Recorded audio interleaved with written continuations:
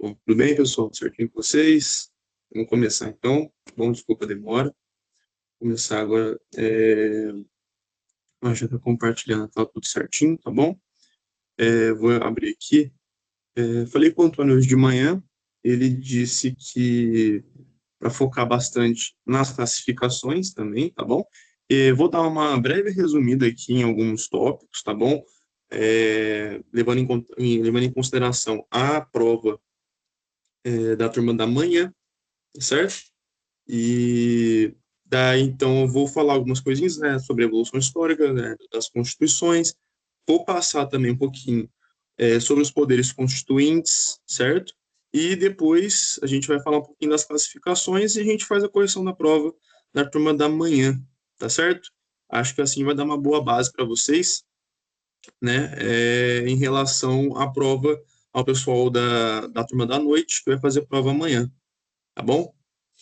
Tá, então vamos lá, né? Vamos começar aqui com o direito constitucional, a evolução histórica das constituições brasileiras, certo? A nossa primeira constituição chegou em 1824, né, que é uma constituição do Império, né? A primeira constituição do Brasil, ela foi otorgada por Dom Pedro I, que é otorgada. Quem viu a nossa aula de semana passada, a gente percebeu que uma constituição otorgada é uma constituição que ela é imposta pelo líder do país, certo? Então ela é imposta, diferente do tipo que a gente vai ver, a constituição que ela é imposta por uma assembleia, né? O povo uma assembleia, na verdade, uma assembleia onde tem representantes do povo, certo?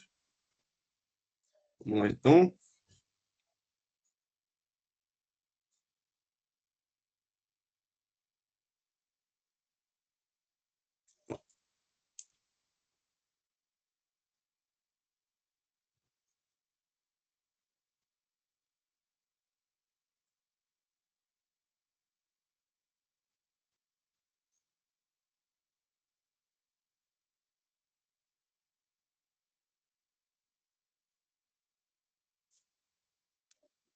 Então, desculpa a demora.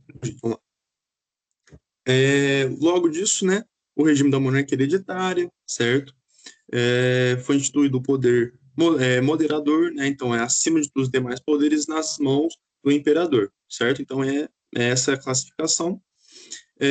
Depois o Estado foi um Estado unitário, certo? Então sem uma autonomia para províncias, certo? Existia uma religião oficial, né? é, que é a católica, né, apesar de tolerar outros cultos, mas a Constituição já previa, já instituía essa uma religião oficial. Depois tem a Constituição semi-rígida, perdão, ela era uma Constituição semi-rígida, certo? Então, algumas normas eram alteráveis por lei ordinária, certo?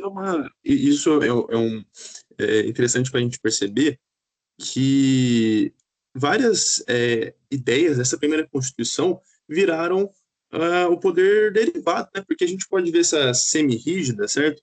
Como uma forma de poder derivado, onde a gente consegue usar, é, a gente consegue alterar alguns aspectos da Constituição, certo? É claro, né? Hoje em dia é muito diferente. A gente consegue revogar leis, a gente consegue implementar, né? Ou melhor, vamos lá, a gente consegue atualizar a nossa Constituição, certo? Mas olha que interessante, essa Constituição semi-rígida, então algumas normas elas eram alteráveis, certo?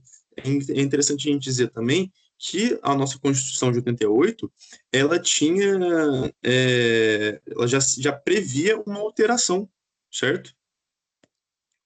Bom, depois a gente parte para a de 1891, né, que é a primeira Constituição republicana. O marco né, o marco da proclamação da República. Depois ela foi promulgada por uma Assembleia Constituinte, tá vendo? Esse foi diferente, aquela forma que a gente falou, né? Por uma Assembleia Constituinte, certo? Ou seja, se tem Assembleia Constituinte, tem representantes do povo, né? Ela era inspirada na Constituição dos Estados Unidos, criou a República Federativa e adotou o presidencialismo, né? Então, vamos lá. Antigamente a gente se conhecia como um país imperialista, certo? Onde nós éramos governados por um império, né? Nós tínhamos um rei, né? E daí a gente, com isso, mudou, né? A gente foi para a República Federativa e adotamos o presidencialismo, né? Que é o modelo que a gente segue até hoje, né? Estabeleceu a tripartição de poderes. O que é isso? Se dividiu os poderes em três, né? O legislativo, executivo e judiciário, certo? Que, como eu já disse, a gente usa até hoje. Tornou o Estado laico, né? Então, teve a separação da igreja e Estado, certo? Então, como aqui de cima, a gente utilizava... Opa, perdão, eu mexi em alguma coisa. Como aqui nós utilizávamos um sistema já pré-definido, né, que era católico, nós nos tornamos um Estado laico, certo? Instituiu o federalismo e com autonomia para o Estado, certo? Então é bem básico, tá certo, gente? Vamos já vir para cá. Né? Depois nós ficamos um bom tempo sem uma nova Constituição, até que em 1934 teve a Constituição Social. Né? Ela foi promulgada por um contexto de modernização do Estado e trouxe uma inovação democrática democráticas e sociais, né? O sufrágio universal, de voto feminino, certo? O voto secreto, porque antigamente o voto não é secreto, não tinha voto feminino, justiça eleitoral e justiça do trabalho, direito trabalhista, certo? Depois a gente vai lá para nossa Constituição anterior, a de 1937, a Constituição polaca, né? Por que se chama assim? Vamos ver pelo contexto histórico, né? Ela foi outorgada, ou seja, nós voltamos aqui nessa forma, né, de se estabelecer uma Constituição, né? Ou seja, ela foi imposta por Getúlio Vargas, né? Ela foi inspirada no regime fascista da Polônia e com características, ela centrava nos poderes no executivo e existia extinção dos partidos políticos, supressão de lideranças individuais e período do Estado Novo, né, na ditadura militar, certo? Então, para gente dar uma olhadinha aqui. Opa, perdão que eu falei nossa Constituição anterior, mas é que eu confundi com a de 67, né? Muitos números, desculpa. Mas já aqui em 37 a gente consegue ver que a nossa Constituição ela mudou, né? E ela foi outorgada, certo? Isso vai acontecer novamente, certo? Não, perdão, isso significa que ela, novamente, ela foi imposta pelo líder do governo, certo? Pelo líder da nação, né? Depois, de 46, né, Constituição Democrática, ela foi promulgada, ou seja, né, promulgada, ela foi imposta por uma Assembleia. Após a queda do Estado Novo, retoma a retomada do regime democrático, ela restabeleceu os direitos individuais, certo? Qual que são os direitos individuais? São direitos das pessoas, né? Direito à vida, à liberdade, tudo mais. Reafirmou o federalismo e a separação dos poderes, e é um exemplo de redemocratização pós-guerra, certo? Então, em 46, pós-guerra, né? Aqui, essa Constituição aqui aconteceu um pouquinho, né? Perdão, perdão. Ah, não, tá certinho, desculpa. Então, o contexto de pós-guerra, né? Então, acabou a guerra, nós mudamos os ideais, né, da nossa Constituição, certo? Para também com a realização da ONU, né, a gente vai ver que teve uma mudança que afetou não só o mundo inteiro, né, mas também afetou muito o Brasil, certo? Depois da de 67, que eu tinha me confundido aqui, que essa sim é a Constituição do regime militar, né? Então, de novo, ela foi outorgada, né, em um contexto de ditadura, certo? Enfatizou segurança nacional, legitimação de atos inconstitucionais, reforço do poder executivo e uma suspensão de líderes civis. Vamos fazer um paralelo aqui com essa Constituição de 67 com a de 37, tá bom? A gente consegue ver aqui que elas têm muita semelhança em alguns aspectos, né? Certo? O fato dela ter sido otorgada. Também vamos rever aqui o contexto histórico da época, né? Uma época bastante, um período bastante caótico, a gente pode dizer assim, né? E bastante rígido, né? Nas concepções do governo na época, certo? Depois, a nossa Constituição, né? A nossa atual Constituição, dita como Constituição Cidadã, né? Ela foi promulgada, ou seja, de novo, uma Assembleia Constituinte foi lá e é, impôs ela, né? Ela foi imposta por uma Assembleia Constituinte, de novo, líderes do povo, certo? Após o fim da ditadura militar, certo? Fruto de uma Assembleia Constituinte, ó, que eu estava falando aqui, uma participação popular, ela é extensa e analítica para garantir é, direitos detalhados, né? Ela é rígida, então ela é difícil de alterar, porém, como eu disse, ela ela pode ser rígida no papel, mas nós podemos ver em muitos casos, né, que ela se altera praticamente toda hora. Muitas pessoas dizem que a nossa Constituição já é uma nova Constituição, de tanto que ela foi alterada, tanto que ela foi, em palavras leigas, editada, né, pelos nossos poderes, certo? E por que isso? Porque, como eu falei, o Estado tem o poder, né, de fazer isso, de editar a Constituição, certo? Uma, uma como é que se diz? Uma lei, né? Uma norma, mais ou menos assim, que foi alterada esses dias, é a respeito do, da PEC da blindagem, certo? Não tem muito contexto com a nossa parte constitucional. Na verdade, tem sim, né? Mas é interessante da gente perceber como que pessoas que representam os três poderes, né, ainda mais o executivo, como essas pessoas elas conseguem alterar a lei ao seu bel prazer, muitas vezes ao seu bel prazer, certo? Se alguém tiver interesse, eu peço que sigam o professor Flávio Martins.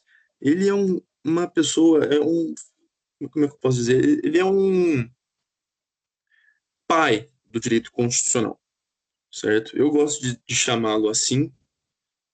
Acho que as palavras dele, né, os ensinamentos que esse cara tem, é impressionante. O livro desse cara é um dos 10 mais vendidos do país sobre direito constitucional, certo? Ele é o nosso ex-reitor e realmente é uma inspiração para quem gosta de direito constitucional. Ele é professor de constitucional também, mas é uma inspiração para a gente, certo? E se você tiver um interesse sobre entender também um pouquinho sobre essa PEC da blindagem, né, essa alteração na lei, é bem interessante você ir até o Instagram dele, certo? E ele tá fazendo vários vídeos sobre essa PEC. E, bom, acho que é bem interessante para quem quer ter um conhecimento a mais, né? Se atualizar mais, né? Vamos lá, vamos passar para cá. Cláusulas pétreas, né? Esse é um dispositivo constitucional que não pode ser abolido ou reduzido e protege determinados núcleos fundamentais da Constituição contra alterações que possam enfraquecer a ordem democrática e os direitos fundamentais, certo? Ou seja, é um dispositivo constitucional que ele não pode ser alterado, certo? Uma cláusula pétrea não pode ser alterada, né? Então, são cláusulas pétreas. Formas federativas do Estado, voto direto, secreto, universal e periódico, separação dos poderes e direitos e garantias individuais, né? Como a vida, liberdade, igualdade, segurança, né? Como eu disse lá em cima. Certinho? Um ponto aqui que eu coloquei, né? A Constituição de 88, ela consolidou o Estado democrático de direito. Então, baseando-se na dignidade da pessoa humana e em amplos direitos fundamentais. Por isso, por isso que é chamada da Constituição Cidadã, certo? Porque ela se baseou principalmente nos direitos fundamentais, correto? E também nas garantias individuais, né? O poder constituinte originário foi responsável por esse marco, mas sua preservação depende do respeito aos limites impostos no poder derivado, ao poder derivado. Desculpa. Assim, a Constituição de 88 garante estabilidade institucional, proteção contra retrocessos e espaço para contração e evolução, constatação, para constantes evoluções democráticas. Bom, desculpa.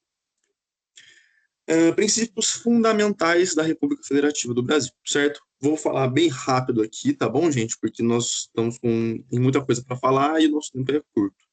Tá.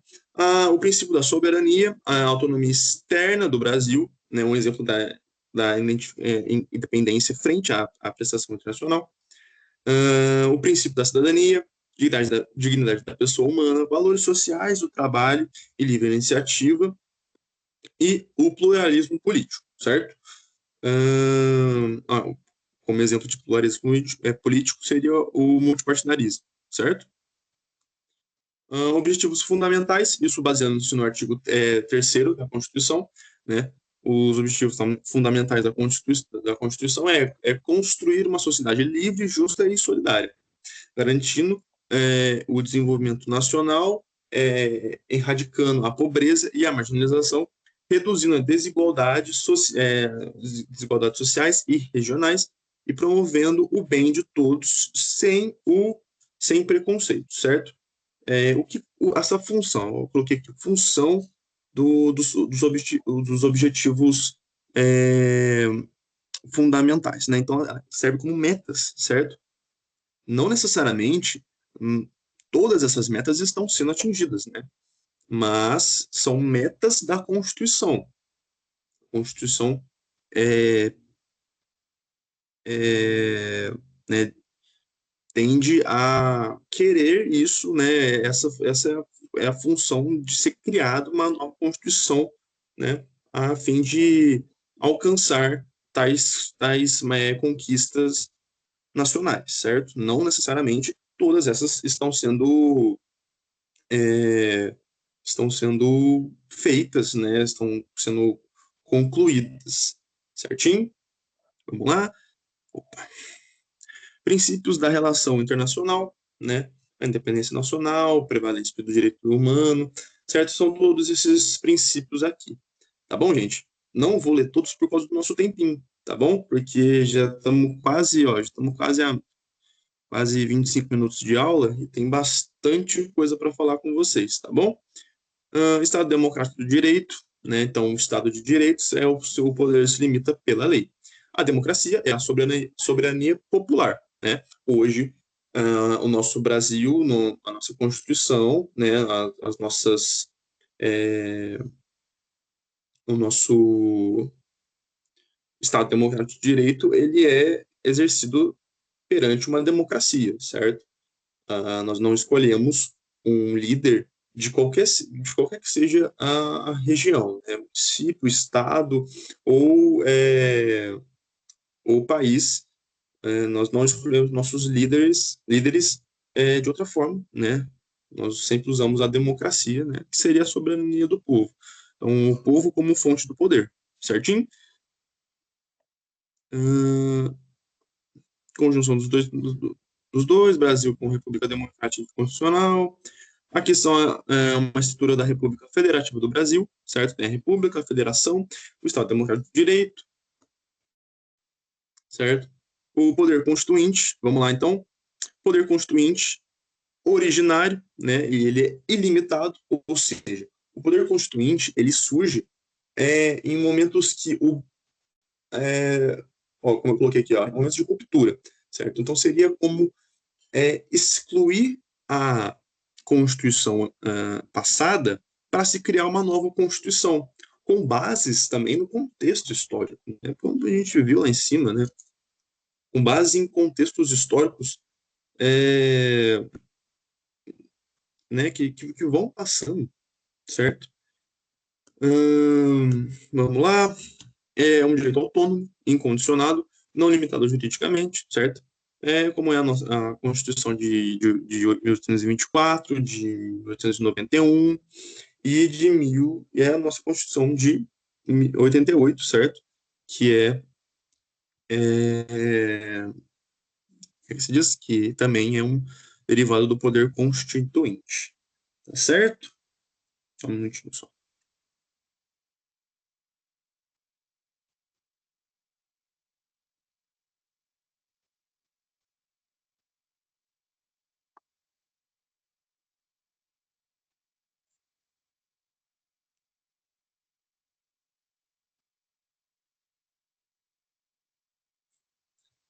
Ai.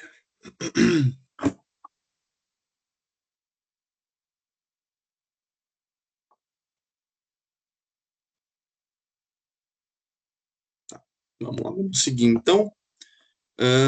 O poder derivado, né? Vamos entender aqui então.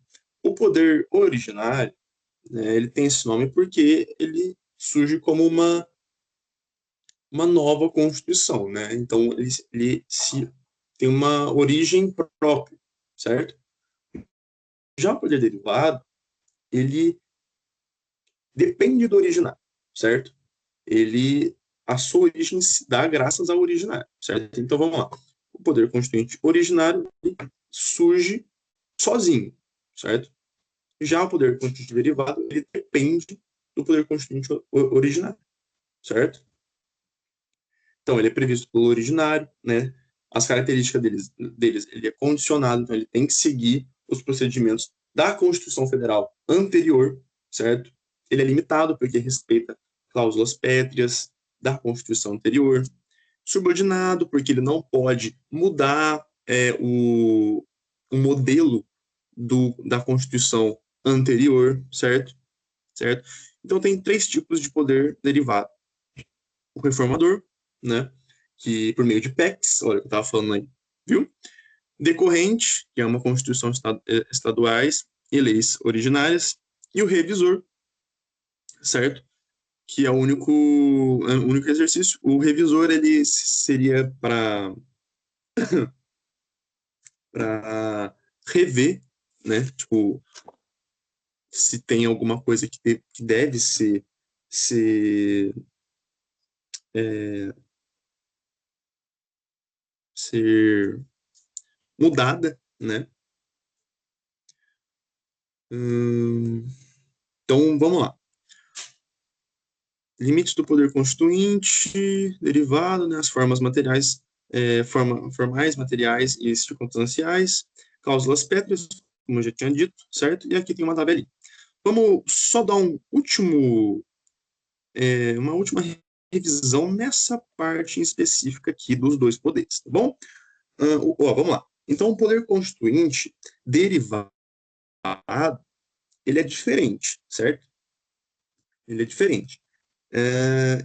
Tá, então, em resumo, ao estudar quando a gente vai estudar o poder constituinte, mostra que o povo ele é uma fonte do poder político, certo? Porque, vamos lá, o poder constituinte ele surge graças ao povo, ele é um poder do povo, certo? Mas também ele mostra que as constituições elas buscam um equilíbrio. Então precisam ser estáveis, mas também elas devem permitir mudanças quando necessário, certo? E o Brasil é um bom exemplo disso, né, gente? Porque em pouco mais de 200 anos de independência, a gente já teve 7 constituições, né? Então cada uma ela reflete o momento histórico e político do país, correto? Então, tá. Vamos falar sobre o poder constituinte originário, tá? Última revisão. O poder constituinte originário tem algumas características importantes, né? Ele vamos subir aqui, ele é autônomo, certo? Ele é ilimitado e ele eu não coloquei aqui, perdão, ele é ilimitado, certo? Incondicionado, ou seja, ele não segue só um modelo fixo. Então, um exemplo prático disso é a Constituição de 24, né? De 91, de 88. Bom, ele geralmente surge quando em um contexto histórico onde deve ser mudada a Constituição, né? Como foi o caso da nossa de 88, ela veio depois de um regime militar, né? E o poder originário ele pode se manifestar de formas bem diferentes, né? Como a gente consegue ver, né? Visto que a de 88, por exemplo, ó, a de 88, ela foi promulgada por uma Assembleia Constituinte, certo? Já a de 24, ela foi otorgada por Getúlio Vargas. Não, perdão, por Dom Pedro I. Primeiro, segundo, desculpa. Certo? Então, mesmo no contexto histórico, a gente consegue ver que, mesmo sendo otorgado, é, ou, desculpa, mesmo ela sendo otorgada ou ela sendo imposta por uma Assembleia, pelo poder do povo, ela pode se manifestar de diferentes formas, certo? O poder derivado, certo? Ele, a gente consegue perceber que o poder derivado ele só pode agir dentro dos limites da Constituição anterior, certo? Então vamos lá, ó, o poder originário o originário, ele é soberano e o derivado ele só pode agir dentro dos limites da Constituição autorizada, né, anterior, né, que ele vai seguir.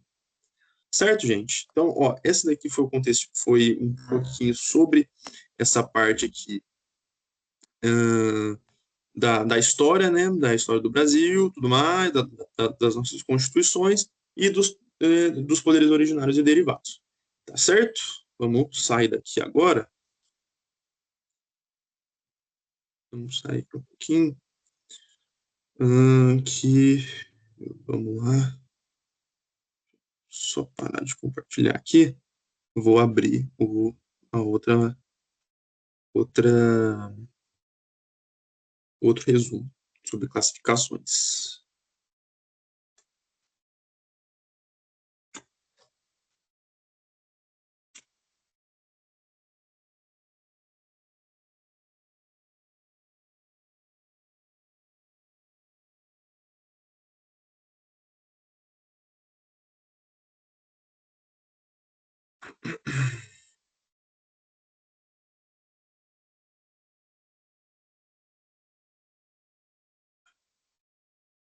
Vou voltar aqui a compartilhar a tela com vocês agora, para a gente encerrar, tá bom?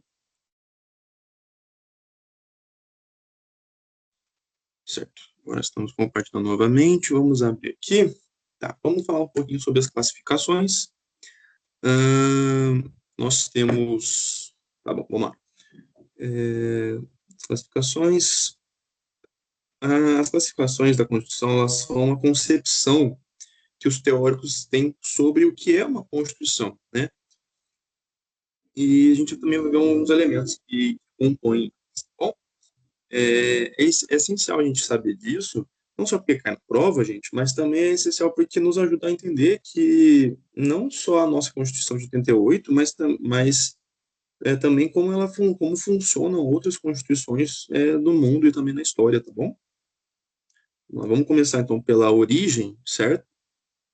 Quando a Constituição ela é outorgada, eu coloquei aqui outorgada, quando ela é outorgada, ela é imposta sem a participação do povo, né? Então vamos lembrar lá, no outro resumo que a gente estava dando aqui, né? Quando ela é outorgada, ela é imposta, como foi Getúlio Vargas, como foi Dom Pedro, certo? Getúlio Vargas em 37, né? No Estado Novo, certo? Então ela é imposta sem a participação popular, tá certo? Já as promulgadas, elas são diferentes, porque nascem de uma Assembleia Constituinte. Então, ela é eleita pelo povo. Então, sempre quando for promulgada, ela sempre vai ser feita por uma Assembleia Constituinte, certo? Como foi o caso da Constituição atual, certo? Cesarista, né? Tem a cesarista, que é quando um governante elabora um texto e depois submete o plebiscito, né? Então, o que é isso? Quando um governante do país ele faz a Constituição, mas ele submete essa escrita para o plebiscito, ou seja, para o povo, certo? Para o povo poder, como é que se diz? Ai, me foge a palavra da cabeça agora. Pode analisar, certo? Ver o que é condizente ou não, tá bom? É o caso da Constituição do Chile de 1980, certo? Que foi assim. E as pactuadas, né? Então, elas surgem entre um acordo, certo? Eu vou te dar um exemplo que eu dei na última aula, né? Então, vamos lá, vamos imaginar um reino onde o rei e o povo sempre entram em conflito, certo? O rei não quer abrir mão de suas regalias, de sua soberania, né? E o povo exige direitos fundamentais, certo? E o rei os nega isso, certo? Então, para que não haja uma rivalidade maior, né? Muitas vezes tem uma guerra, né? Na outra aula eu te digo um confronto, né? Mas para que não haja um conflito maior, tá bom? Se faz uma Constituição pactuada, né? Então, ambas as partes entram em um acordo, certo? Vamos lá. Quanto à forma, né? Em relação à forma, ela pode ser escrita, né? Como é a nossa Constituição de 38, então tudo está organizado em um único texto. A costumeira, que a costumeira, eu dei um exemplo da Inglaterra, certo? Ela não existe um documento único, sim, e ela é baseada em alguns costumes e jurisprudências e documentos históricos da região, do país, certo? Como é o caso da Inglaterra, onde segue a Magna Carta, perdão, de 1215, tá certo? E é legal, né, que elas são escritas, mas elas têm alguns fragmentos, elas são fragmentadas, né? Isso acontece, por exemplo, na União Europeia, né, que ela se apoia em tratados internacionais, certo? Então, ela puxa de outras ideias, né, outros ideais. Agora, sobre a extensão, né, tem a sintética e a analítica, certo? Quanto à sintética, elas são mais curtas, né, e tem apenas princípios fundamentais. O caso é a Constituição de 1787 dos Estados Unidos, onde só tem 7 artigos originais, certo?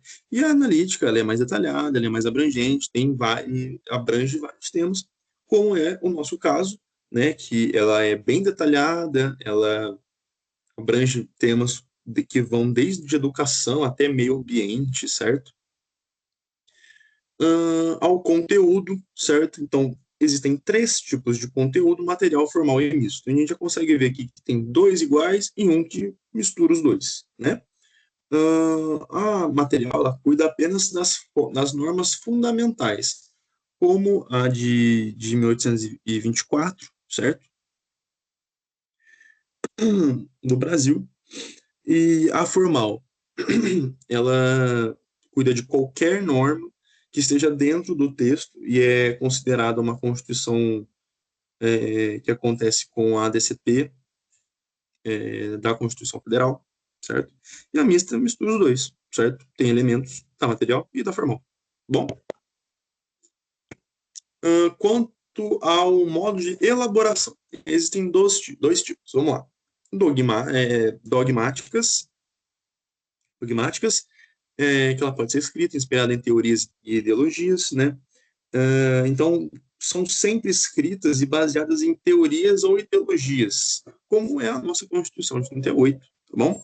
E a histórica, elas não nascem de um único momento, mas sim de uma evolução de costumes e tradições, é, de um contexto, ela nasce de um contexto histórico, certo?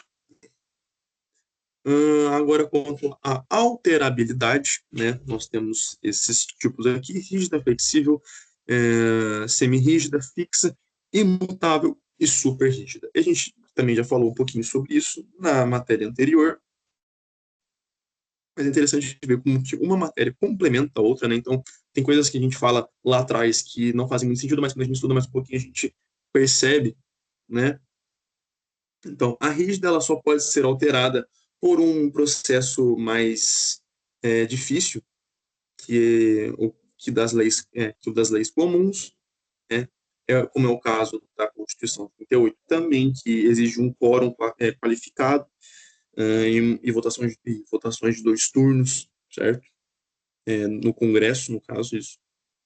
As flexíveis, elas podem ser, ela pode ser mudada com qualquer lei, certo? Então, rígida, as alterações são mais difíceis, né? Flexíveis, as leis podem ser alteradas, né? Por lei ordinária. Semi-rígida, né? Então, tem partes rígidas e partes flexíveis, ou seja, tem normas que são é, inalteráveis e formas que podem se alterar, certo? A fixa, elas não trazem uma previsão de alteração, elas só mudam como um novo poder constituinte, então ela não prevê alterações. Imutável, elas são simplesmente, elas não admitem mudança, certo? Então, alguns autores chamam a nossa Constituição de super rígida, como está aqui embaixo, certo? Por causa das cláusulas pétreas do artigo 60, parágrafo 4º, certo? Eu trouxe essa super rígida aqui para a gente entender um pouquinho também sobre o que alguns escritores comentam sobre ela, tá bom? Agora, ortodoxa e eclética, certo? Se a gente se olhar pela ideologia, certo, nós podemos ter constituições ortodoxas, que surgem apenas com uma ideologia, como é o caso da União Soviética de 77, né, que ela é inspirada no marxismo, certo? Então, ela é inspirada somente no marxismo, e a eclética, que ela tem uma mistura de ideologias, né? Como é o caso da Constituição de 88, porque ao mesmo tempo em que ela garante direitos individuais típicos do liberalismo, ela também assegura direitos sociais e trabalhistas, certo? Algumas funções da Constituição, certo? Garantia de balanço e dirigente, certo? Então, quando a função da Constituição ela pode ser de garantia, como a Constituição de 38 ela que limita o poder e protege a liberdade, a de balanço, que apenas ela é apenas registrando a organização vigente, né? E a dirigente, que ela estabelece metas para o futuro com a Constituição Portuguesa, né? Eu coloquei aqui para vocês, certo? Então, ela estabelece metas para o futuro, certo? A gente consegue ver também que tem algumas coisas que a nossa Constituição tem isso, certo? Visto que na Constituição é previsto uma alteração futura, certo? E também, ó, como a gente consegue ver aqui, dirigente estabelece metas futuras. Lembra que a gente tinha visto isso, gente? Né? Das metas lá de igualdade, não preconceito, tudo mais, né? Então, é interessante ver que tem muitas coisas que aconteceram na história, mas a gente também, mas acontece ainda hoje, né? Com a nossa Constituição. Vamos lá falar um pouquinho sobre a concepção de Constituição, né? Eu trouxe três é, escritores aqui, né? É, ó, muito difícil, se eu estiver falando errado, eu sou uma aqui. Se eu estiver falando errado, eu peço desculpas, tá bom? O La Salle, que a Constituição ele diz, né, que a Constituição ela só é válida se refletir os fatores reais de poder, né, se não é só uma folha de papel, e é verdade, né? Eu concordo com isso, né? Se tiver 1000 normas, 1000 leis, certo? E ela não for validada pelos fatos reais, ela não refletir isso na vida real, né? Não adianta nada, só um pedaço de papel, um monte de coisa escrita, certo? Isso daí eu concordo. O Smith, Smith a Constituição é a decisão política fundamental de quem exerce o poder constituinte, correto? E Kelsen, certo? Ela é uma norma fundamental hipotética, certo? Baseia-se na lógica do sistema jurídico. E aqui no Brasil, é bem legal dizer, aqui no Brasil, essa ideologia, essa concepção de Kelsen é uma visão inspirada no STF, certo? E perdão, é uma visão que inspira o STF, né, no controle de constitucionalidade, certo? Elementos da Constituição, segundo José Afonso da Silva, elementos orgânicos, tratam da organização do Estado e dos poderes, formais e aplicáveis, né, elementos formais e aplicáveis, têm eficácia imediata, limitativos, garantem direitos fundamentais, socio-ideológicos, conciliam o Estado liberal e social, e de estabilização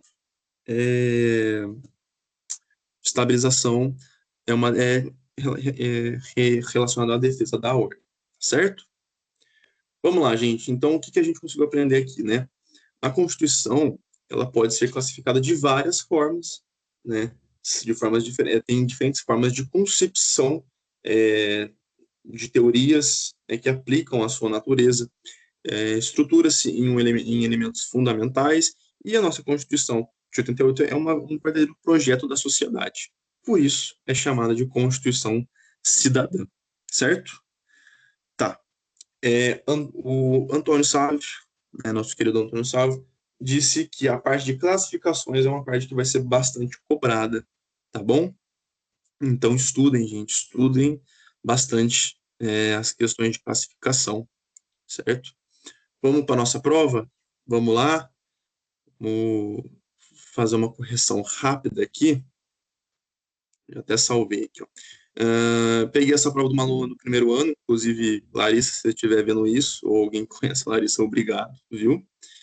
Ela tirou a foto da prova dela e ela tirou 3, ó, gabaritou a prova, né? A partir das questões dissertativas, não, perdão, objetivas, né? Então, parabéns, Larissa. Vamos lá, gente? Ó, eu vou corrigir com vocês aqui em relação as questões discursivas, tá? Porque elas devem ser mais trabalhadas, né? Tem ideias que são mais trabalhadas, correto? Bom, questão 1. O poder constituinte desempenha papel fundamental na formação e alteração da Constituição. Considere os modelos da expressão, perdão, considere os modelos de expressão desse poder na história constitucional brasileira, certo? Eu coloquei a minha resposta aqui, vocês podem se basear nos seus estudos, correto?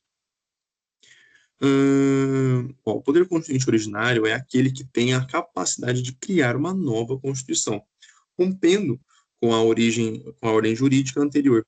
Ele é incondicionado, ilimitado, autônomo e soberano, conforme ensina a doutrina de José Afonso Silva.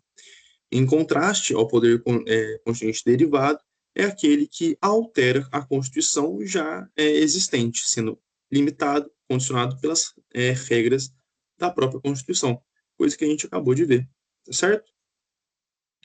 Eu também coloquei algumas respostas em tópicos, porque eu achei que ficou mais fácil de organizar o entendimento, tá bom? B, vamos lá, vamos ler a B.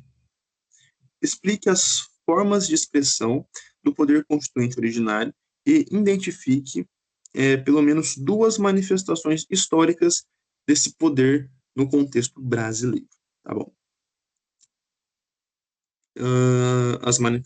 Perdão, deixa eu ver se eu entendi. Acho que eu só coloquei um negocinho histórico aqui.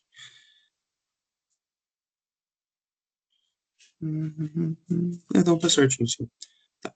Coloquei aqui o contexto histórico, né, as manifestações históricas, né, a Constituição de 24, de 91 e de 88, né, elas foram constituições que foram tem constituições que foram outorgadas e pleiteadas, né, por uma Assembleia, promulgadas por uma Assembleia Nacional, certo? Essa daqui é a resposta acerca das manifestações históricas, né, das manifestações históricas. É interessante a gente ver aqui, gente, que o contexto histórico também conta bastante para essa matéria, tá bom? Então, pessoal que gosta de história vai gostar, gosta bastante também de direito constitucional, porque é basicamente história, história, história, entendeu? Quando a gente entende um pouquinho das coisas e o porquê dessas coisas, né? A gente vê que é tudo histórico, né? Todo o contexto histórico, perdão. Tá. A questão 2, certo? O processo de evolução das constituições brasileiras revela importantes marcos históricos e político-jurídicos, né? Apresente de forma sucinta as principais diferenças estruturais entre a Constituição Imperial de 24 e a Constituição Republicana de 91, certo?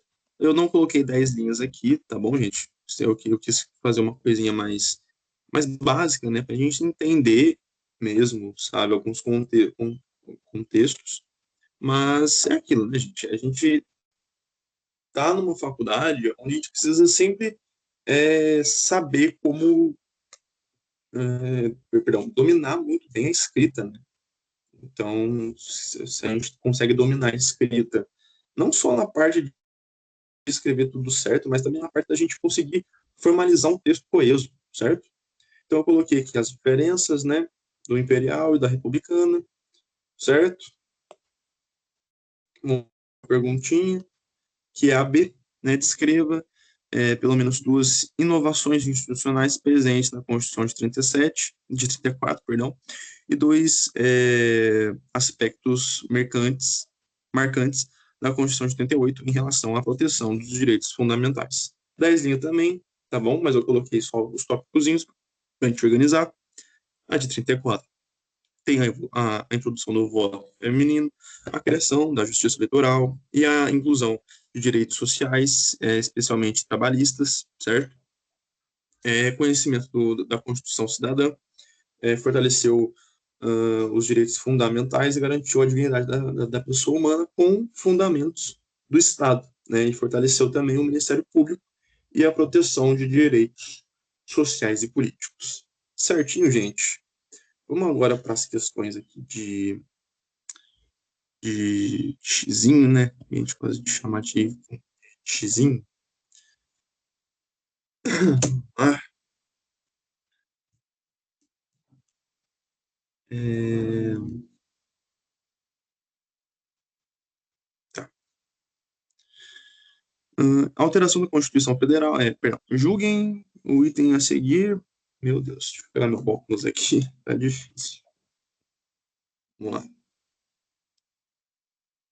Julgue o item seguinte no que se refere a diversos aspectos do direito constitucional, certo? A alteração da Constituição Federal por meio de emendas constitucionais decorre de um poder constituinte originário. Errado, né, gente? A gente conseguiu ver que a alteração ela decorre do poder constituinte derivado, certo? Vamos lá. Isso é fácil. Julguem o item a seguir acerca do poder constituinte da nacionalidade da administração pública. A capacidade, a capacidade de os Estados-membros produzirem suas constituições é uma manifestação do poder constituinte derivado. Certo, certo, certo, né? É a capacidade do Estado-membro, né, produzir suas constituições é uma manifestação do poder constituinte derivado. Certinho.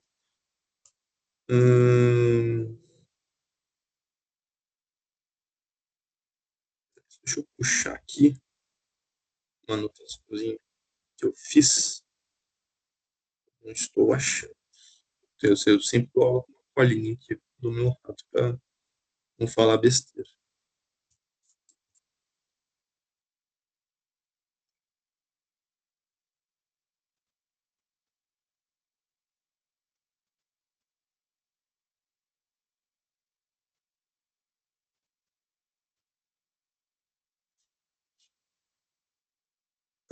Vamos lá. Pronto, achei. Né? O poder ele é decorrente, certo? Então, por que isso? Né? Porque o Estado, ele perdão, o Estado ele elabora suas constituições, mas ele limita as constituições federais, certo? Eles são limitados à Constituição Federal, certo? É uma coisa que eu não disse na aula, mas é importante dizer também, né, que a Constituição tem tipo de Constituição também do Estado, certo? Também de algumas, não diria constituições, mas algumas leis orgânicas do município, certo? Mas é isso, tá, gente? O Estado membro elabora uma Constituição própria, do próprio Estado, mas ele é limitado pela Constituição Federal. Certo? Agora sobre a 3, né? Pelas disposições da Constituição Federal de 88, dentre as apresentadas abaixo, apenas não é uma cláusula pétrea o sistema presidencialista, certo? Isso daí a gente não pode dizer, né? Porque o direito a garantias individuais, isso é uma cláusula pétrea, é um direito fundamental, a forma federativa do Estado, cláusula pétrea também, separação de poderes, isso é a tripartição de poderes, né?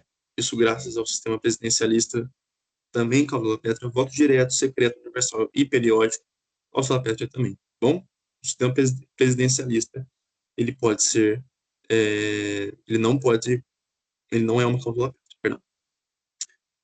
Um poder constituinte que se caracteriza por ser aquele que instaura uma nova ordem jurídica, rompendo com uma ordem jurídica é, precedente, é conhecido como originário, certo? Certo? Certo, né? O poder constituinte que ele se caracteriza por instaurar uma nova ordem jurídica, sempre o poder originário, certo? Poder constituinte originário. Como a gente viu, né, ele exerce a função de criar uma nova Constituição. Correto? Olha, a gente está quase na nossa hora. Eu acho que eu vou fazer só mais essa página e daí deixo, eu mandei no grupo também, tá bom? O grupo da monitoria, esse slide, tá certo? Para vocês usarem como base de estudos. Tá bom, gente? Vamos só fazer a 5 e a 6. Acho que só a 5 e a 6 acho que a gente consegue dar tempo, né? A 5 é sobre a classificação do poder constituinte originário, né? E o poder constituinte é o poder de criar uma ou modificar as normas constitucionais. O poder constituinte é classificado em originário, derivado ou reformador e decorrente. De acordo com a classificação, assinale a alternativa correta. A nossa amiga aqui colocou a alternativa constituinte derivado decorre. Exatamente, a alternativa D é o poder constituinte derivado decorrente, assim como o reformador, né, por ser derivado do originário, certo? Vamos fazer só 6 para a gente encerrar. Né? A Constituição Federal previu que 5 anos após sua promulgação ocorreria um procedimento simplificado de alteração do texto constitucional, por meio de um voto da maioria absoluta dos membros do Congresso Nacional, em sessão unicameral. As alterações procedidas naquele momento histórico, com base nesse procedimento, são uma manifestação de poder constituinte derivado revisor, certo? Exatamente, revisor. Lembra que eu tinha dito para vocês que o poder constituinte derivado revisor, ele revisa, né? Ele tem essa ele prevê uma alteração futura. Lembra que eu tinha dito isso para vocês? Eu disse isso nessa aula e na anterior também, certo? Então, ele prevê uma alteração futura, o que aconteceu nesse momento da nossa Constituição Federal. Certo, gente? Tem mais essa parte aqui, tá bom? Mas o gabarito tá certinho, né? Conseguiu ver que essa aluna tirou 3, que é a nota máxima da, das questões objetivas, tá bom? Deixo esse material para vocês no grupo, tá bom? Caso tenha alguma coisa que eu não falei, que você ainda tem dúvida, tá bom? Porque isso acontece mesmo. Às vezes a gente fala tanta coisa, tem tanta coisa que é importante da gente dizer, que acaba que a gente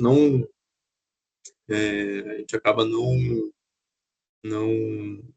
dizendo alguns outros aspectos, né, que também tem a sua importância. Né? Eu tentei sempre agora, né, nessa revisão, falar um pouco mais sobre o poder, as classificações e os tipos de poderes, certo? E também do contexto histórico, porque isso é importante, isso cai, tá bom? Ainda mais para primeiro ano, assim, cai mesmo, certo? É a primeira prova de constitucional que vocês estão tendo, se eu não me engano, certo? Então, realmente, contexto histórico, né, cai em peso mesmo, como vocês puderam ver na prova da turma da manhã, tá certo?